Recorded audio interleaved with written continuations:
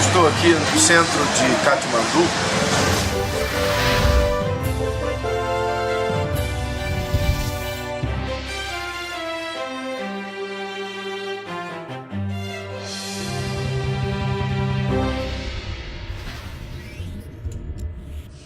Aos Hebreus, no capítulo 6, verso 9 e o verso 10. Queria que você me acompanhasse. E o amado me ajude e cuide do relógio para mim. Nós vamos botar um relógio ali na frente para mim ficar mais faceiro. Ou triste. Diz assim, queridos: mas de vós, ó amados, esperamos coisas melhores e que acompanham a salvação, ainda que assim falamos. Verso 10. Porque Deus não é injusto para se esquecer da vossa obra e do amor que para com o seu nome mostrastes, porquanto servistes aos santos e ainda servis. Amém. Eu fiz menção desse texto para o início de uma meditação que certamente, na continuidade dela, nós voltaremos futuramente a esse texto. Entretanto, hoje eu quero lhe introduzir a esse começo de pensamento, onde o autor dessa carta aos Hebreus, que por sinal é para mim a carta extremamente profunda e ao mesmo tempo complexa, mas que traz uma revelação extraordinária da ação e da eficácia da vida, da morte e da ressurreição de Jesus sobre nós e em nós. E ele trata também sobre os conceitos da vida daquele que recebe esse sacrifício de Jesus. Ele não trata apenas da eficácia do sangue, do poder do sacrifício, de como Jesus foi eficiente naquilo que o Pai o designou a fazer, mas ele trata também de nós, de como vivemos pós esse encontro, pós essa aliança, pós esse relacionamento que é gerado a partir do sacrifício do Cristo e a partir da aceitação de nosso coração. Então perceba que dentro dessa perspectiva, o autor aos Hebreus, ele nos leva a mergulhar em várias dinâmicas de assuntos. Se estudarmos esse livro, os 13 capítulos dele, nós iremos mergulhar em nuances do Antigo Testamento, caminhando para percebermos as sombras que era apontado para esse tempo de forma profética, mas também nos situaremos em situações que se adequam aos dias de hoje, à nossa vida, ao cotidiano, ao que passamos agora. E esse texto, de forma especial, nos deixa assim em relevo exatamente esse versículo, extraindo ele de todo o contexto que trata dos perigos espirituais, de não vigiarmos e cairmos em tentação e perdermos a bênção que Deus já nos deu, e da nossa parte, podendo nós perdê-la de maneira intencional. Entretanto, colocando em relevo apenas esses 2 versículos, eu quero lembrar a vocês e tentar vos mostrar que existem coisas maiores a partir da salvação. Existem coisas mais excelentes a partir daquilo que recebemos em Jesus. Existe um trilho que pode ser acrescido e de maneira crescente alcançarmos a excelência em Jesus. Que a salvação, embora seja um presente extraordinariamente maravilhoso, ela é a porta de entrada para uma dinâmica do reino. Ela é de fato a entrada para uma vida de crescimento contínuo. Como quem quer nos apontar que não podemos apenas agarrar a salvação e tranquilizarmos nela, como se tivéssemos chegado à etapa final de nossa caminhada. Mas entender, segundo o autor dessa epístola, que do momento em que celebramos esta aliança com Jesus, e o sangue dele nos purificou, e fomos chamados de seus filhos, e fomos selados pelo Espírito Santo, e nos tornamos membros de seu corpo, a saber, a sua igreja, e fomos chamados pelo seu nome, a partir desse momento, portanto, é nos dado o privilégio de viver algo a mais, de se produzir algo a mais, de se esperar coisas maiores, de se alcançar coisas melhores, coisas que, como ele diz, pertencem à salvação, que demandam dela, mas que não se estagnam exatamente nela, mas que a partir dela nós podemos produzir. É pensando nisso, é pensando nesse texto, que quero te levar a pensar na história de um casal dinâmico, com diferenças radicais, mas com propósitos diferentes, e que nos leva a pensar em algo maior. Então eu queria que você dirigisse a pessoa que está pertinho de você e diga para ela, como que se fosse o tema desta noite, desta pequena meditação, diga para ele: a vida te propõe coisas ainda maiores. Para isso eu quero pensar convosco em dois personagens, que é um casal, te levar ao livro de Esther, lá no Antigo Testamento, e tentar te levar a compreender os dois personagens que aqui estão, e quais são as visões que os dois têm. Se possível for, volte comigo nesse texto, por favor. Livro de Esther. No capítulo 1 deste livro, logo nos 2 versículos iniciais, os 3 versículos iniciais, diz assim: foi isto que aconteceu nos dias de Assuero, que reinou desde a Índia até a Etiópia, sobre 127 províncias. Nesse tempo, assentando-se o rei Assuero no trono do seu reino, que está na fortaleza de Suzã, no 3º ano do seu reinado, deu um banquete a todos os seus príncipes e oficiais. Estavam perante ele os chefes do exército da Pérsia e Média, e os nobres e governantes das províncias. Até aqui apenas. Permita-lhe relatar o que acontece aqui. O primeiro personagem que me faz remeter ao texto que lemos esta noite é a figura desse rei de Assuero, também conhecido como Xerxes I, ou o primeiro Xerxes.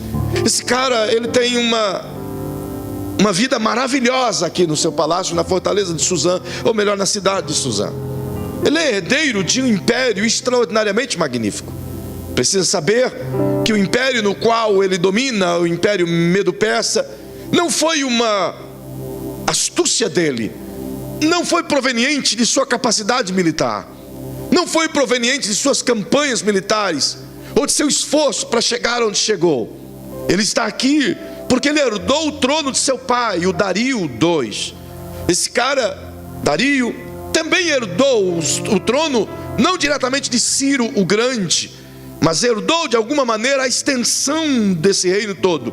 Perceba que tudo começa com a ascensão da Assíria. Em 720, a Assíria se torna uma potência, até então, não global, mas uma potência dominante. Os anos se passam, então se levanta um rei de uma forma violenta, Nabopolassar, e destrói a Assíria e cria o Império Caldeu, babilônico. Esse império veio a ser grande, veio a ser famoso por conta de um nome, Nabucodonosor. Esse homem herda de Nabopolassar toda a região caldeia, e ele consegue estruturar a Babilônia. Ele consegue fazer dessa cidade um apogeu de riquezas e belezas sem igual. Além disso, ele consegue ter tanta elegância enquanto que governo, que consegue alcançar o favor de Deus sobre sua vida. Como disse hoje pela manhã, se tornou o rei mais conhecido de então do mundo caldeu e do mundo da Mesopotâmia. Homem extraordinário, com características de lideranças incríveis. Em 3 investidas contra Judá e Jerusalém, ele destruiu por completo e levou cativo o reino que era o reino de Deus, a Babilônia. E lá eles permaneceram por 70 anos. Mas o período babilônico terminou quando os filhos de Nabucodonosor, um homem chamado Nabonido, assumiu o reinado. E seu filho Belsazar, que não tinha a mesma vivacidade dos reis anteriores, nem as características de guerra dos reis anteriores, mas você sabe a história, ele colocou tudo a perder quando começou a utilizar os utensílios do templo para festejar e para beber. Você encontra isso em Daniel no capítulo 5, a narrativa de seu livro. Em meio à sua bebedeira, Deus escreve na parede do palácio de Belsazar: Mene, Mene, Tekel, Farsim, dizendo: teu reino foi contado, e você foi pesado, e você foi achado em falta, e foi dividido o teu reino, e Deus deu a outro. Naquela mesma noite, tudo muda, porque Ciro consegue mudar o curso do rio Eufrates e entra pelo leito do rio na fortaleza de Suzã, e lá ele consegue dominar a Babilônia, o reino caldeu, sem destruir coisa alguma, sem queimar coisa alguma. Quando Ciro assume, ele trata de construir 60 templos a Marduk, o seu Deus, de forma gloriosa. Ele consegue construir um zigurate que tinha 100 metros quadrados de cada lado, e esse zigurate erguia-se a 45 metros de altura, em referência a Marduk, um grande templo, e 60 outros dentro da comunidade babilônica. Perceba que Ciro se tornou um mega imperador. O seu reino estendia-se desde o norte da Índia até a Etiópia. Foi um líder extraordinário, por assim dizer, o maior império dominante até hoje. Não teve outro em extensão tanto quanto o de Ciro, o Império Medo-Persa. Depois que ele partiu, outros 3 reis se levantaram, até chegar em Dario, o Medo. E este, por sinal, também conseguiu permanecer no domínio, no poder, por conta de sua benevolência, por conta de seu cuidado. Ciro já havia liberado o povo para voltar às suas terras. É por isso que você vai ver em Esdras o povo voltando para a terra de Israel e de Judá, porque Ciro começou a fazer esse processo de retorno, e não apenas em Israel, mas todas as nações conquistadas por Nabucodonosor, que fizeram ele cativos. Ciro começou a dar liberdade para eles voltarem aos seus reinos e aos seus domínios, mas levavam entre eles os deuses persas, os deuses medos, de forma que Ciro contaminou o mundo com a sua fé, com o zoroastrismo, com as coisas que vieram da Pérsia. Perceba que, além disso, toda a sua extensão de glória, de governo, de domínio, foi passado de rei para rei, e a sua fama da mesma forma, projetando nos reis que vinham o desejo, cada um de ser maior do que o outro, até chegar nesse rei aqui, o Xerxes, que é filho de Dario, que é o que herdou o trono desse grande rei também, como foi chamado Dario o Grande, por assim dizer. Perceba que Xerxes não tem que lutar por coisa alguma, ele já pega uma terra perfeitamente conquistada. O seu governo é desde a Índia até a Etiópia, e ele agora se assenta no seu trono de glória, e tudo que ele faz é contar o dinheiro, tudo que ele faz é contar o que tem. Ele tem 127 províncias, e quem conquistou essas 127 províncias não foi ele, foi Ciro o Grande, nem foi Dario o Medo. Perceba que dentro dessas 127, este Ciro, do qual vos digo, que 100 anos antes fez isso, ele estabeleceu um sistema de liderança e de governo extraordinário. Sistema este que até se parece com a maneira como Jesus trabalhava. Perceba que ele colocou em cada província, do que era chamado de sátrapas, colocou os seus prefeitos, os seus governadores, e de cada um desses governadores, seus outros governos que assessoravam, de maneira que tudo isso estava ligado ao rei de forma principal. Porém, a extensão era muito grande, são 3.000 quilômetros da ponta do império até a outra ponta do império. Então eles construíram uma estrada do que era chamado de Persa, uma estrada de 2.000 quilômetros pavimentadas, saindo desde Délia, onde ainda hoje ela existe, chegando até perto da Jordânia. É uma coisa gigantesca. Isso possibilitou o sistema de comunicação de correio, no qual Ciro fundou, Dario implementou e Xerxes utilizou de maneira eficiente. Perceba que essas 127 províncias eram ligadas por cartas, era administrada por meio de cartas. No tempo de Ciro, ou de Cambises, ou de Nabucodonosor, para um correio percorrer uma distância dessa era de 3 a 4 meses. Mas quando a estrada foi feita, em 15 dias uma carta chegava diante da outra. porque de lugar em lugar tinha as paradas e os cavalos descansados esperavam o cavaleiro que chegava. Então era como uma corrida de bastão contínua, sabe? Perceba que esse avanço foi tão notório que o Xerxes assumiu um governo com uma solidez tamanha. Ele permite se assentar no seu trono e trazer 127 prefeitos com as suas comitivas, com os seus assessores, com a sua equipe de liderança. Segundo estima alguns, somam-se cerca de 2.600 pessoas dentro dessas 127 regiões ou províncias. E ele trouxe quase 3.000 pessoas ao seu palácio. E lá Xerxes hospedou-os por 6 meses. Veja a solidez do reino. Um reino com uma extensão tão grande, com um domínio tão grande. Por 6 meses ficaram sem governo as províncias. E não houve rebelião, não houve afronta. Tal era o domínio persa diante desse povo.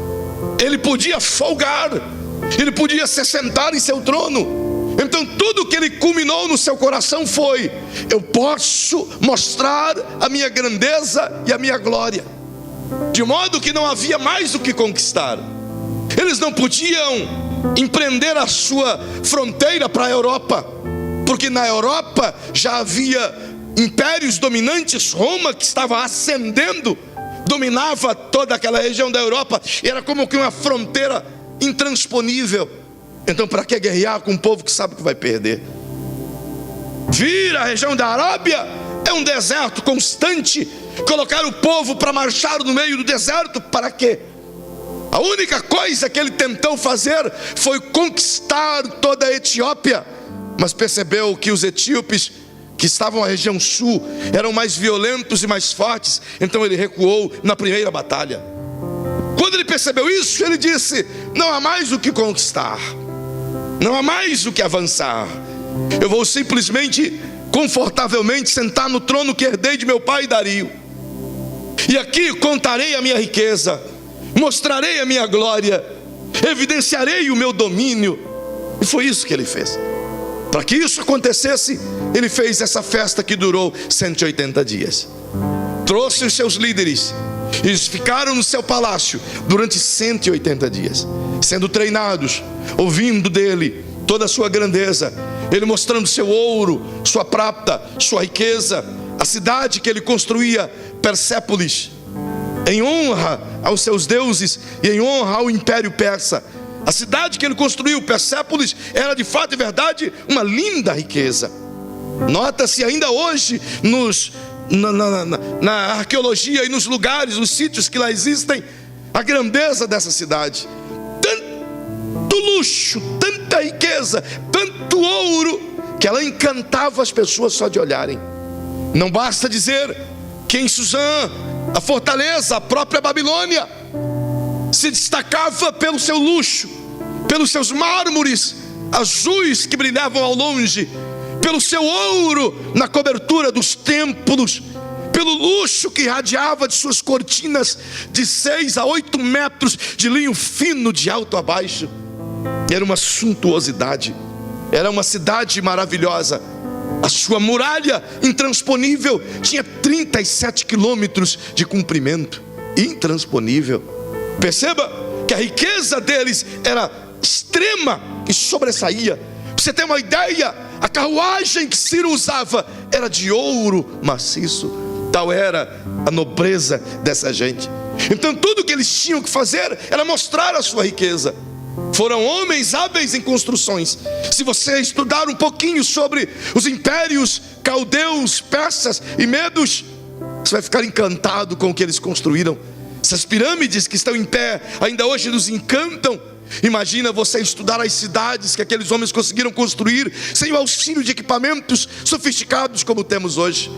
É incrível a capacidade que o homem tem de fazer coisas belas, como os próprios jardins suspensos da famosa Babilônia, que foi considerado por Heródoto e pelos gregos como uma das 7 maravilhas do mundo.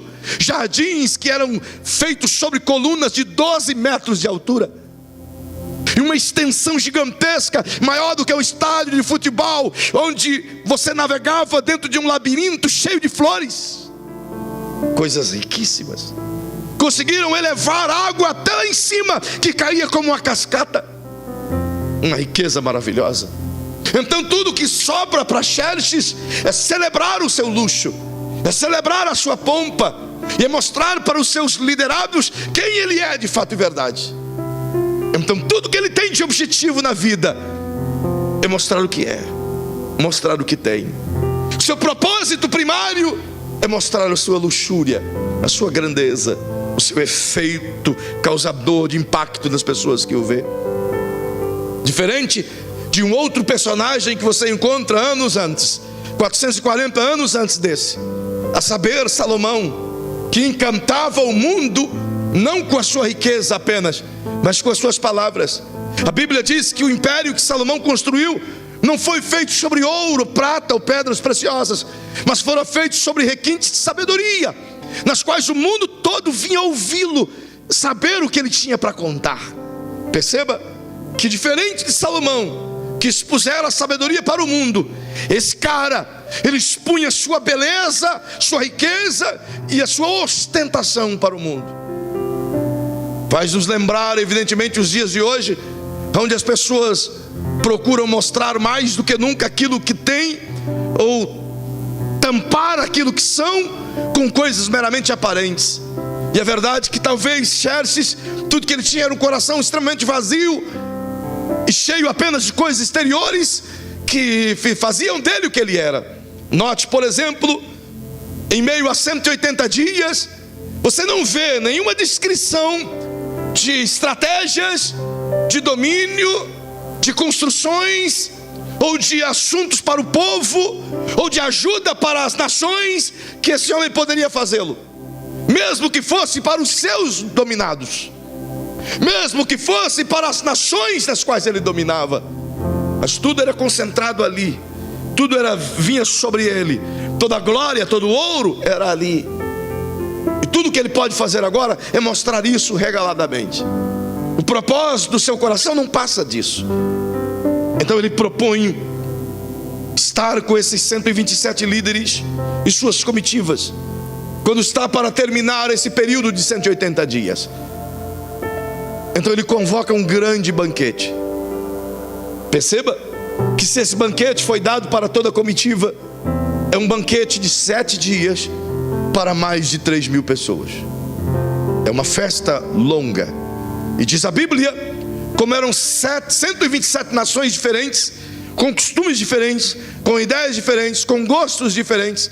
Então a ordem de Xerxes foi, ou Assuero, como ele também é chamado, que pegue cada um desses líderes e ouçam eles o que eles querem comer e o tipo de bebida que eles queriam beber, que se providenciasse onde quer que fosse achar o tipo de vinho adequado ou a outra bebida adequada que servisse o gosto daquele príncipe que ali estava. Imagina que extravagância realizar a vontade desses líderes todos. Tinha que ter todo tipo de bebida e de carne e de comida que os gostos mais apurados poderiam exigir. E nesse banquete extraordinariamente regalado, a Bíblia diz que durante 7 dias eles beberam e beberam e beberam e beberam.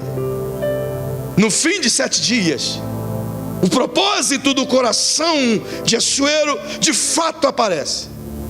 O desejo de mostrar tudo em soberba e orgulho aparece.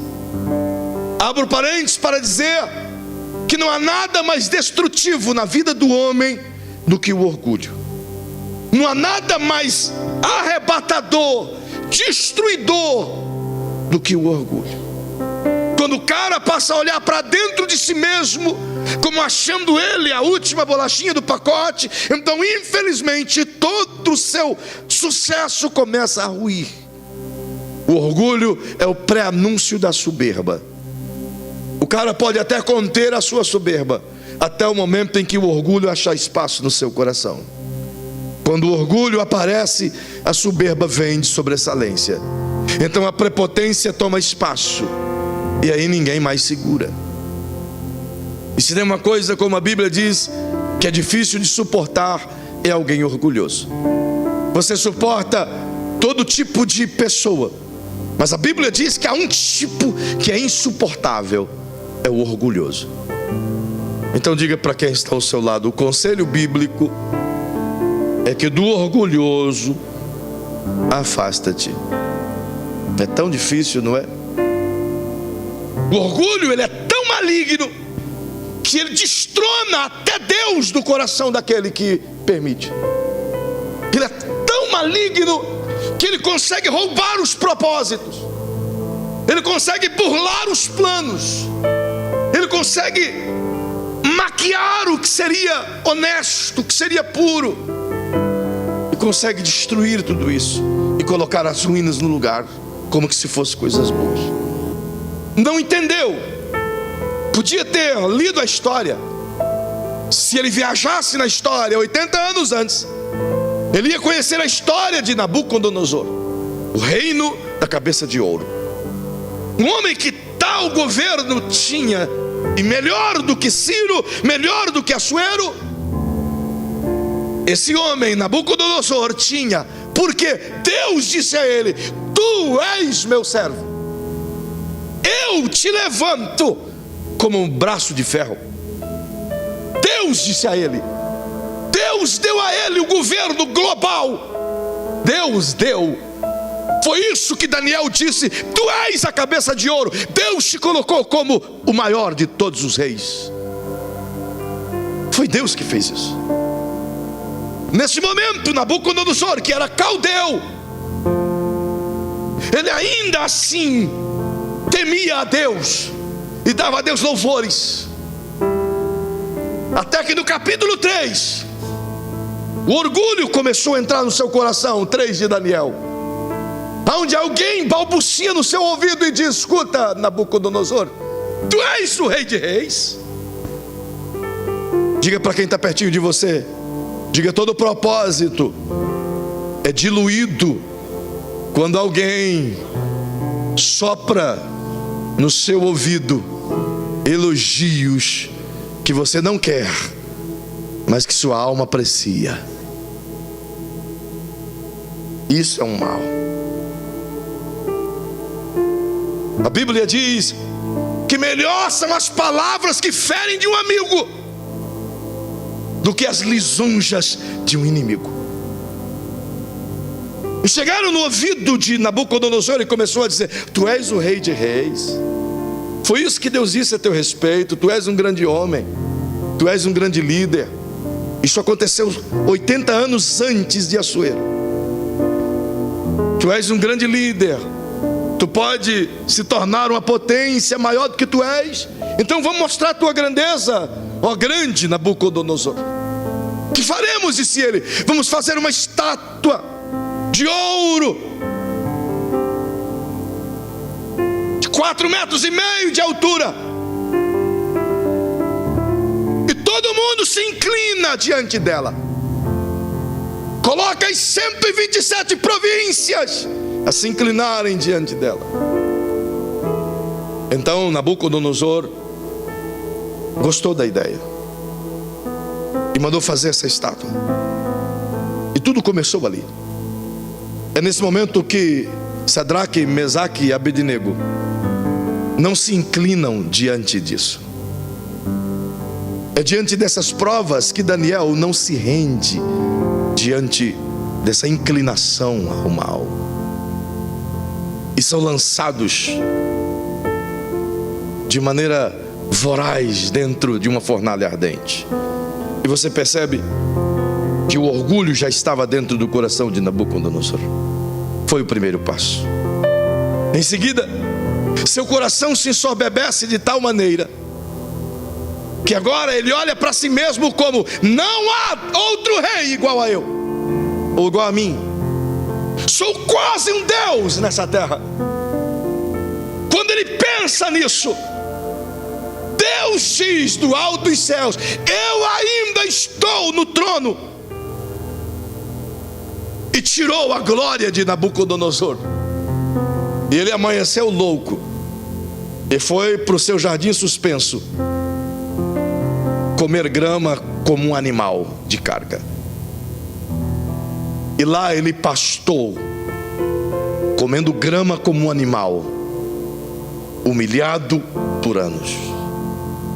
Até que um dia, em um insight na sua consciência, ele reconhece que há um único Deus dos céus, e que a soberba e o orgulho não pode perpetuar no coração de um grande rei. Reconhecendo isso, Deus imediatamente o levanta. Então ele promulga em todo o seu reino, dizendo: ninguém cultue outro Deus, senão o Deus de Israel, pois ele é o único Deus existente. Mas Assuero esqueceu de ler a história. Ele esqueceu de ler a história, inclusive, de Belsazar. Mas agora ele simplesmente não precisa fazê-lo, porque ele é um rei eternamente famoso segundo os seus conceitos humanos. E esse é um grande problema para todos nós. Deus tem um sucesso gigantesco para cada um de nós. Eu queria que você mirasse essa pessoa que está pertinho de você e apontasse profeticamente para ela e diga: você não tem ideia da grandeza do propósito que Deus colocou em seu coração. Você nem sabe, irmão, a grandeza do que Deus colocou aí dentro. Você não tem ideia. E a maioria de nós, Deus não permite que saibamos, justamente porque não sabemos lidar com aquilo que saberemos. A maioria de nós, Deus permite que fique na obscuridade, porque o simples fato de saber que vamos ser usados por Ele já nos faz pensar que somos alguma coisa. O propósito maior desses reis deveria ser de incendiar as nações com a misericórdia e a bondade. Mas o coração de Assuero agora tem um propósito: mostrar a sua glória e a sua riqueza. Isso é de maneira visível quando no 7º dia de sua festa ele manda um eunuco ir aos aposentos da rainha, o palácio separado, pois os reis não conviviam com as rainhas nos mesmos palácios. Cada um tinha o seu palácio, cada um tinha suas servidoras.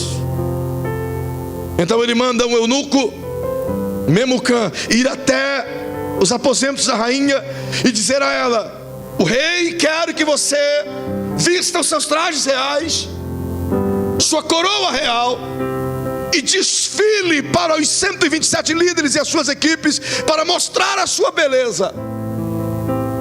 Mas antes disso acontecer, ela sabe que o rei está extremamente embriagado, e a Bíblia diz que ele estava tomado pelo vinho.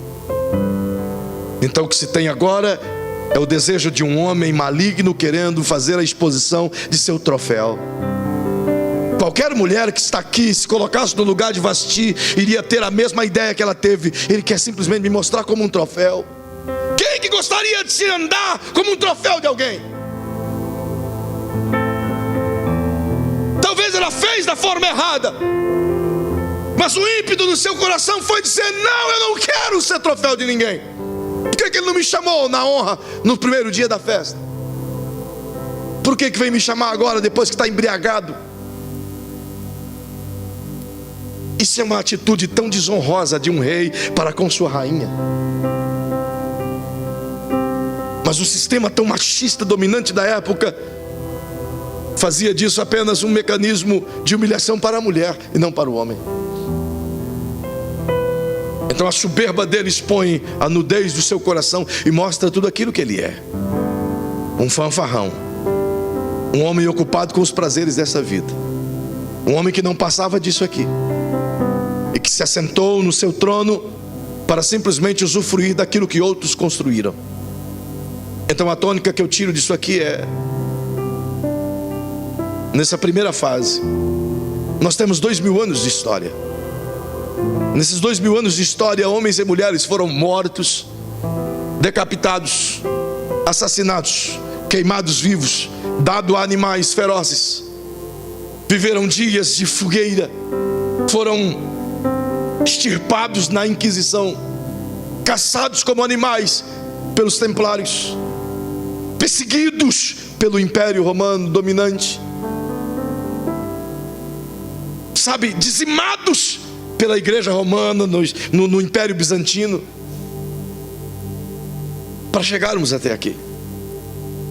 Eles construíram esse reino até aqui, de forma que nós estamos vivendo daquilo que outros semearam. Estamos hoje assentados em poltronas, em lugares confortáveis que outros sofreram para ter. Estamos vivendo um evangelho que outros deram sangue para ter. Estamos tranquilos com a nossa salvação, porque um Cristo morreu por nós. Poderíamos levantar as nossas mãos e dizer: obrigado, Senhor, porque temos um lugar confortável. Nós deveríamos também dizer obrigado por aqueles que não pouparam suas vidas, seus esforços, seu suor, suas lágrimas, suas orações, seus calos, para que chegássemos até aqui. Então deveríamos olhar para isso e dizer: se eles nos permitiram essa estrutura, essa vida de fé, esse evangelho que temos até hoje, é um sinal que não podemos descansar agora, não podemos fazer como o Assuero. Temos que olhar os campos e dizer: é hora de se levantar desse trono, porque há algo a mais a fazer, há algo a mais a conquistar. Se tem um rei assentado em seu trono de autoglorificação, a ponto de depor a sua rainha, que a Bíblia diz que era lindíssima. Você vê que ele não amava ela coisa alguma. Lindíssima. E tudo que importava era a beleza.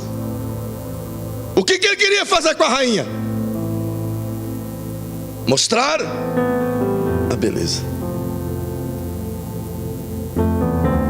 Quando procuraram uma esposa para ele, isso não foi do dia para a noite, foi 4 anos depois. Isso aconteceu no 3º ano do seu reinado. Mas ele se casou com Esther no 7º ano do seu reinado, porque durante 4 anos ele tentou essas 2 investidas e fracassou nelas. Estava ocupado demais na tentativa de conquistar a África e fracassou. Então voltou, e quando voltou começou a pensar: preciso de uma rainha. Foi onde os seus conselheiros buscaram então mulheres, donzelas lindas em todas as províncias. Qual era o quesito principal que eles procuravam? Pergunta para quem está perto de você. Diga: quem que era a característica principal? O que era? Era simplesmente o exterior, nada do interior. O que importa é a capa, é a embalagem, e não o conteúdo. Esse é o império da superficialidade. Parece o império da superficialidade que estamos vivendo nos dias de hoje, onde as pessoas procuram simplesmente o estereótipo das coisas, procuram simplesmente a embalagem das coisas, onde o evangelho que se tem é o evangelho de uma embalagem bonita, mas de um conteúdo apodrecido, de uma igreja bonita, contextualizada, mas cuja vida não impacta e nem inspira ninguém. Parece que estamos vivendo os dias de Assuero. Então chacoalha o ombro de quem está ao seu lado e diga: a ideia de Jesus, nas palavras do autor aos Hebreus, é nos mostrar que nós somos muito mais do que um rostinho bonito. Não diga para essa pessoa bonitinha que está pertinho de você: bonitinha é um feio arrumadinho. Uma pessoa bonita. Diga para essa pessoa bonita que está perto de você: você é muito mais do que esse rosto bonito que estou vendo aí afora. Você não tem ideia do que Deus colocou aí dentro de você. Então não pare, não descanse, até que o melhor saia de dentro de você. Em meio à sua ânsia, aparece um segundo personagem. Que horas são?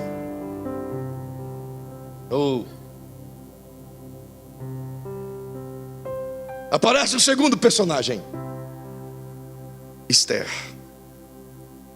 Mulher cujos pais morreram. Ela era sobrinha de um homem justo, temente a Deus, extremamente comprometido com as suas crenças e com a sua fé. Seu tio Mardoqueu não apenas era tio, mas tomou-a como filha e cuidou dela como filha. Temente a Deus, ele sabia que tinha que fazer o melhor por aquela pessoa. Ele não sabia o que ela ia ser, ele não tinha ideia de quem ela seria, mas ele tinha um compromisso em oferecer o melhor, em fazer dela a melhor pessoa. E ele não fez dela apenas uma mulher bonita, porque isso era um atributo divino, mas ele fez dela uma mulher de caráter bonito, de uma nobreza espiritual bonita. Essas características não foram moldadas pela população na qual ela vivia. Ela não era fruto do meio. Essas características foram herdadas de Mardoqueu. Perceba que em meio àquelas mulheres todas, ela foi levada ao palácio. E imagina você, os eunucos escolheram, não sei de quantas, de 300, de 400, de 1000, não sei. Mandaram todas elas tomarem banho. E essas mulheres todas foram tomar banho e se perfumaram. E depois de muito tempo tomando banho, esses homens escolheram as mais belas, talvez 50, 100. E todas essas mulheres foram endereçadas à casa das mulheres para durante 1 ano se banharem. Imagina, não é que elas estavam fedorentas a esse ponto, é porque os trâmites da casa real exigia que uma mulher, para ter acesso ao rei, ela tinha que se banhar em leite de cabra, especiarias e óleos aromáticos durante o ano inteiro. A pele dela tinha que exalar perfume, sem passar perfume. Ela toma banho, irmão. Imagina quanto esses caras gastavam para cuidar dessas mulheres. Coitadinhas, tomava banho o ano inteirinho. E aí o rei passava uma noite com elas. E a Bíblia diz que a esmagadora maioria delas nunca mais eram chamadas. E sabe o que é pior? Não podia casar com mais ninguém. Isso é que é triste. Então perceba que Esther está no meio dessas mulheres todas. Por quê? Porque os eunucos, Memucã, por exemplo, e os outros, quando foram conversar com ela, entrevistar ela, ficaram encantados com ela. Ela era linda, bem verdade, mas a educação dela, o jeitinho dela tratar as outras concorrentes, a gentileza dela para com os seus superiores. Esses homens disseram: essa mulher tem tudo para ser uma rainha, melhor do que qualquer outra que já veio até aqui. Vamos cuidar dela. E apresentaram ela ao rei, e o rei teve uma noite com ela. Ela já não é mais donzela, mas o rei gostou dela e estendeu o cetro para ela. Então ela se tornou rainha. Que legal, uma judia. Você conhece a história? Ela se tornou rainha. Ela não se tornou rainha pelos atributos físicos, porque havia outras mulheres tão belas quanto ela. A Bíblia deixa isso muito claro. Ela se tornou rainha pelas características educacionais, o caráter que ela possuía. Quando ela foi ter com o rei, a forma com que o rei se agradou dela, a Bíblia deixa clara que o rei se agradou da pessoa dela, e não apenas das virtudes físicas dela. Ela se tornou rainha, a rainha Esther. Agora, como rainha, ela desfruta do maior luxo, porque afinal de contas, o mesmo que o rei tinha na sua glória, a rainha também tinha direito. E ela lhe dava todo tipo de joias. Vocês não são assim, eu acho. que as mulheres da época gostariam de ter. Aqueles baúzão cheio de pérolas, de colares, sabe, aqueles negocinhos, aquele monte de argola, que chega anda com os braços cansados, de tão pesado, sabe? Hoje se anda com aquelas coisas velhas do Paraguai, aqueles latão, mas naquela época andava com ouro para todo lado. Tem mulher que chega a andar arcada com um monte de bronze no pescoço, pintado de amarelo. Mas naquela época eram joias das mais caras, das mais luxuosas, das mais dantescas, por assim dizer. Isso era normal. O povo não tinha isso, mas a realeza tinha. Porque ninguém podia viver bem, mas a realeza podia. Então a injustiça dominava essas nações. Todos nós gosta de coisas boas. Não é uma só pessoa que gosta de coisa ruim. Dá uma olhadinha para quem está ao seu lado e diga: você gosta de comer macarrão azedo? Se você nunca comeu, não coma. É ruim demais, irmão. É ruim demais. Uma vez eu tive que jantar numa igreja que fui pregar em Campos, São Paulo. Me deram macarrão azedo. Irmão, que coisa tenebrosa. Até minha lombriga disse: não coma não. Entendeu? Mas eu comi, desafiei ela. Ela rejeitou. Mas todos nós gostamos de coisa boa. Com certeza nós também íamos gostar daquele palácio. Coisas boas. Ela não penteava o cabelo, quem penteava eram os outros.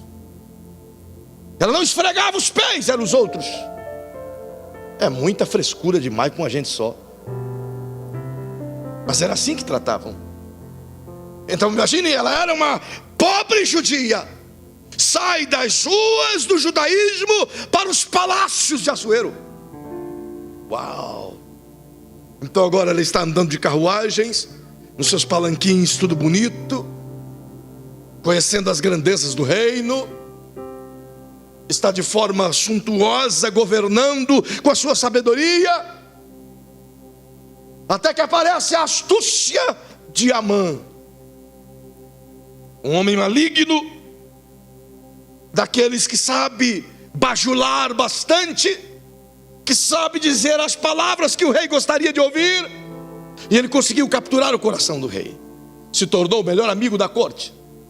Era um homem rico, de tal maneira que os outros líderes tinham que se inclinar a ele. Mas ele também tinha amigos que eram bajuladores. E esses bajuladores disseram: Amã, você viu que tem um maluco que fica lá sentado à porta do rei, que ele não se inclina. Todo mundo se inclina, mas aquele velho não se inclina. Aí ele diz: então vamos lá conversar com ele. Pergunta para aquela pancada: por que ele não se inclina diante de mim? Então o homem disse: eu não me inclino porque eu sirvo a Deus, e diante do Senhor eu posso inclinar, diante de homem algum eu posso inclinar-me. Isso enfureceu Amã. E você conhece a história, ele quis destruir Israel e arquitetou um plano maligno, encheu a cabeça do rei e fez um edito que todo judeu deveria ser morto. E esse edito foi promulgado e selado com o anel do rei. O rei deu o anel para Amã. Que coisa, hein? Então foi marcada a morte de todos os judeus em todas as 127 províncias, desde a Índia até a Etiópia. Onde tinha um judeu, deveria ser morto no dia 13 de uma sexta-feira. E não é do Fred Krueger. Talvez seja desse tempo. Perceba que em meio a essa estratégia tão maligna, Mardoqueu ficou sabendo de tudo isso, do edito real. Então vestiu-se de pano de saco e o povo começou a lamentar e a gritar e a gemer em todos os lugares. E agora é evidente, a dor chega também ao palácio. E Esther procura saber o que está acontecendo com o seu pai, o seu tio pai. E ele diz: olha, você não sabe ainda, está acontecendo assim, assim, houve um plano, todos vão morrer. Vê o que tu pode fazer. E os mensageiros foram a ela, disseram isso. Ela mandou uma resposta dizendo: olha, eu não posso fazer nada. Eu sou rainha, mas eu não moro com o rei. Eu não posso entrar no palácio, falar com ele, eu não posso ter audiência com ele, se ele não me estender o cetro à medida que eu me apresentar no pátio. Se ele não estender, eu serei morta ali mesmo, é ordem, é lei. Não importa quem seja. Eu não posso fazer nada, infelizmente eu não posso fazer nada. Infelizmente Esther, naquele momento, o luxo, a pompa, a grandeza, ocultou dela o seu verdadeiro propósito. Em algum momento ela esqueceu de o porquê ela estava ali. Em algum momento aquela grandeza a contaminou. E tudo que ela consegue dizer àqueles que seriam aferidos pela morte é: não posso fazer coisa alguma, porque se eu me apresentar eu poderei morrer. Ela se esqueceu que ela morreria de todo jeito. Então coloque a mão no ombro de quem está pertinho de você e diga de vez em quando: é bom que Deus use alguém para nos dar um chacoalhão, para nos trazer de volta à realidade. Sabe quando de vez em quando você leva um chacoalhão de alguém e você fica nervoso com essa pessoa e diz: não tem direito de falar isso comigo? Faça isso não, analisa primeiro. Às vezes é Deus usando essa pessoa para te colocar no caminho de novo, para te colocar no eixo de novo. E seja certo, nem sempre aquilo que nos coloca no eixo é exatamente aquilo que gostaríamos de ouvir. A maioria das coisas que nos faz caminhar no caminho certo é exatamente aquilo que a gente não quer ouvir. Então Mardoqueu manda uma mensagem para ela dizendo: não pense você de que porque está aí no palácio, de que és rainha, escapará tu de tal sentença. E digo mais, disse ele: se não te fizeres nada e não compreenderes o porquê estás aí no palácio, Deus dos céus achará outro meio e nos livrará desse mal, mas tu pagará por tua omissão. Uau! A Esther caiu a ficha na hora. É mesmo? Oh céu! Na mesma hora ela chama os seus conselheiros e diz: procurem Mardoqueu, mande ele falar com todos os judeus em todas as 127 províncias e use o correio real. Falar o quê? Diga a todos para jejuarem 3 dias, não comam pão nem bebam água, jejuarem para que eu possa entrar no palácio do rei e não ser morta. Ela agora entendeu que ela tinha alcançado uma salvação, mas que ela tinha algo a mais para fazer. O escritor aos Hebreus diz: nós podemos ter coisas melhores a partir da nossa salvação. Ela tinha chegado no lugar em que qualquer um de nós gostaria de estar, no palácio real. Mas ela também tinha que saber que todos nós estamos no lugar que estamos porque há um propósito real. Então, enquanto jejuavam, ela procurou se apresentar ao salão real. E à medida que ela se apresenta, o rei pergunta: quem está na entrada do salão? E alguém balbucia: rainha. Já deu? Oh Jesus! A rainha está. Então ele estendeu o cetro e ela entendeu que ela podia entrar. Diga para quem está pertinho de você: diga: não há nada nesta vida que a oração e o jejum não possa derrubar. Aleluia. Não tem reis, não tem editos, não tem protocolos, não tem leis, não tem domínio que fique inabalável diante das respostas de um Deus mediante a oração de um povo. Aquele povo começou a jejuar e a orar e dizer: Deus, salva a nossa rainha. E as portas se abriu e o rei disse a ela assim: oh minha rainha, pede-me o que queres, até a metade do meu reino te darei. Ela disse: eu estou aqui por um propósito maior. Essas coisas aí são pequenas demais. Eu não estou aqui pelo reino, eu não estou aqui pela riqueza, não estou aqui pela luxúria. Eu estou aqui só para te convidar para tu ir lá na minha casa. Vou fazer uma festinha lá, um jantar, tu vai lá. Vamos tomar um tereré Campanari, rico tereré Campanari, vai estar lá geladinho. E a gente vai comer uma chipa.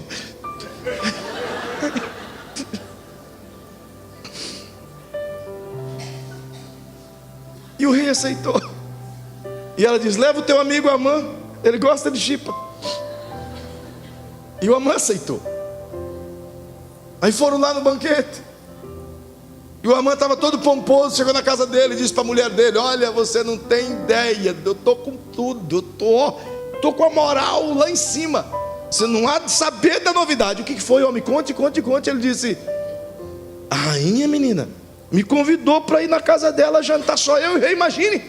Só nós dois, ninguém mais ela chamou. Estou com tudo. Ela diz: oh, honra mesmo, vai lá, atende a rainha.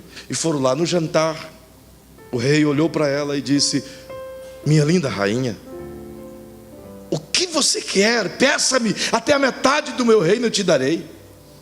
E ela diz: oh rei, o senhor vai me dar mesmo o que eu pedi? Sim, o que você quiser. Então volta aqui amanhã para comer uma chipa de novo. É só isso que eu quero, que o senhor volte aqui na minha casa. Amanhã eu vou dar outro banquete para ti e para o teu amigo Amã. Vem de novo? E ele disse: venho, combinado, é só isso, só isso. Beleza, marcou o horário. No outro dia estava lá de novo. O Amã faceiro. Essa altura o Amã já está tranquilo. Só que nesse contexto, nessa noite, o rei saiu da casa da rainha e perdeu o sono. Não dormiu de noite. Ficou moribundo. Aí chamou os seus escribas e disse: escuta, eu estou sem sono, leia para mim. Até isso, irmão. Acabou que tinha preguiça até de ler. Leia para mim. Calcule. Então os caras leram para ele. E se achou escrito no livro das crônicas que esse homem, Mardoqueu, logo quando Assuero assumiu o reino, havia uma conspiração para matá-lo. E como ele estava ali na escada do palácio, ele escutou tudo e contou aos guardas, que contaram ao rei. E o rei matou aqueles que conspiravam. E ficou tudo escrito.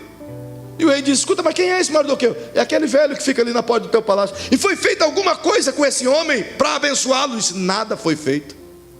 O rei disse: isso não pode ficar assim. Assim que amanhecer o dia, nós vamos fazer alguma coisa por ele. Quando amanheceu o dia, o primeiro homem que entrou na sala do rei, Amã, o rei perguntou a ele: Amã, eu estou a noite toda sem dormir, doido para te fazer uma pergunta. E ele disse: faça, meu rei. Diga lá, meu rei. E ele disse: o que se faz a um homem a quem o rei quer honrar? O Amã pensou: quem mais? O rei vai honrar. Assim se faz, ó rei. Com quem o senhor quer honrar? Pega o seu cavalo real, com a sua roupa real, com a sua coroa real, vista esse homem, e o seu homem de confiança puxa o seu cavalo por toda Suzã, e dizendo: assim se faz ao homem a quem o rei quer honrar. O rei disse: eu gostei dessa tua palavra, você é um cabra inteligente. Pois pegue o meu manto, pegue a minha coroa, pegue o meu cavalo, minha carruagem, pegue tudo que é meu. Vista aquele Mardoqueu, aquele velho lá, moribundo, que está lá vestido de saco, e você puxa o cavalo por todo, sai gritando: assim se faz ao homem a quem Deus quer honrar. Oh Deus maravilhoso, irmão. O propósito de Esther, uma vez que achou, até abençoou aqueles que foram esquecidos. Quando você recuperar a visão de Deus, ou o propósito de Deus, você assumir isso, até os seus parentes serão abençoados. Perceba, o Amã, quando terminou essa corrida, foi para casa angustiado. Aquela noite teria mais um banquete. E quando ele chegou na casa dele, a Zenate, a mulher dele, ele diz: você não sabe o que aconteceu. Aconteceu assim, assim, assim, assim, assim. Ela olha que mulher, irmão. Essa mulher merecia uma coça, mas ao mesmo tempo era abençoada. Olha o que ela diz: Amã, se tu começou a cair diante desse velho Mardoqueu, você está frito. A tua queda vai ser ligeira, homem. E ela disse desse jeito. Ele disse: você acha mesmo? Ele disse: de hoje você não passa. Que mulher, né não? Ela amava Amã. Pensou? Dá uma olhadinha para tua esposa e diga: nunca faça isso.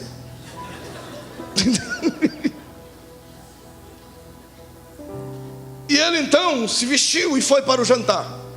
Chegando lá no jantar, o rei Assuero perguntou à rainha: rainha, o que você quer? Fez esses 2 jantares, fala para mim o que você quer. Ela diz: rei, eu só quero te contar uma coisa. O senhor foi convencido a fazer uma lei assim, assim, assim. O senhor não sabe, mas essa lei é contra mim. Estão preparando para me matar. Por quê? Porque eu sou judia, e essa lei não vem contra todo o povo, senão contra mim, tua rainha. Mas quem fez isso? Aí o teu Amã. Está aí o Amã, meu irmão. Sabe, naquela época não tinha mesa, então eu não sei onde é que ele quis colocar a cabeça. Mas o rei ficou tão enfurecido e disse: intentou contra a minha rainha. E saiu da mesa e foi até o alpendre, onde tem a cortina, a janela. Enquanto estava ali esbaforido de ódio, de raiva de Amã, o Amã se jogou nos pés da rainha e começou a grudar nas pernas dela, irmão. Grudou assim, ó, de joelho nas pernas dela, diz a Bíblia. E ela diz: me larga, me solta, me larga, me larga.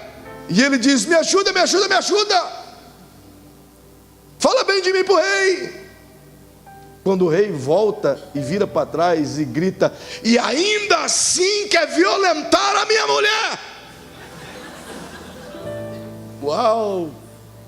Então os guardas tomaram Amã. E os guardas disseram: Amã mandou fazer uma forca para Mardoqueu, o rei.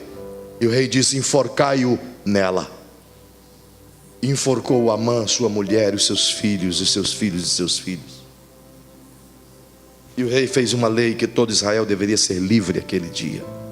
Por isso nasceu a festa do Purim naquele dia, onde veio os costumes de dar presentes uns para os outros e festejar até os dias de hoje. Eu quero te dizer isso: a Esther estava lá por um propósito maior. Ela chegou onde chegou porque Deus tinha algo maior. E eu quero que você coloque a mão sobre quem está pertinho de você. Diga para essa pessoa que está aí, diga: você chegou onde chegou. Você está onde está, porque Deus tem algo ainda maior para você fazer. Deus só te deu a posição que deu, porque você tem uma missão ainda maior para cumprir, irmão. Fique em pé, por favor. Você vai escolher esta noite em que tipo de perfil você vai se adequar. No perfil de Assuero, que se assenta confortavelmente naquilo que outros construíram e vai dizer: olha, estou tranquilo naquilo que outros fizeram, e daqui eu posso morrer em paz. Ou vamos assumir o perfil de Esther, que diz: eu estou aqui, mas é por algo maior ainda. Eu cheguei até onde cheguei por um propósito ainda maior. Qual é o tipo de propósito em que nós vamos nos apoiar esta noite? O Assuero não tinha mais o que conquistar, ele achou que não precisava mais. Ele poderia ainda conquistar a Europa, as outras nações, a China, a Mongólia, a Arábia, oeste africano, sul da Europa. Mas ele achou que estava bom. A Esther entendeu que ela havia chegado a uma posição magnífica, que poucos, ou quase ninguém, nunca chegou. Embora por um momento ela quase perdeu isso, mas alguém a fez lembrar que ela estava ali por um propósito. E eu quero te lembrar esta noite: você está aqui por um propósito maior. Há uma razão pela qual Deus te trouxe a este lugar. Há uma razão pela qual você está vivo. Há uma razão pela qual Deus te deu o recurso que te deu. Há uma razão pela qual Deus te colocou na posição que te colocou. Há uma razão pela qual você está liderando o que está liderando. Há uma razão pela qual você está no lugar que você está. Há um propósito maior do que você ainda imagina. E esse propósito é maior do que você mesmo. Esse propósito é para salvar uma geração. É para salvar um povo. Deus usou Esther para salvar uma nação inteira. Então eu queria perguntar a você: Deus quer usar alguém aqui esta noite. Deus quer usar você. Qual é o tipo de propósito que você quer realizar? O propósito de salvar uma nação? o propósito de descansar confortavelmente na posição que Deus te colocou. Queria que você inclinasse a sua cabecinha, fechasse seus olhinhos por um minuto, por favor. E no nome de Jesus, pensa sobre isso agora. Onde você está agora? Eu sei que Deus te colocou aí. E você também sabe. Você também sabe que você era perdido e foi achado. Você também sabe que você não tinha esperança, mas agora está cheio de ânimo. Você sabe que não tinha solução para você, mas agora você é a solução para outros. Você sabe. Então qual o tipo de perfil você vai assumir? O perfil de Assuero, que descansa sobre aquilo que outros construíram, ou o perfil de Esther, que está disposta a perder a vida, mas para salvar uma geração?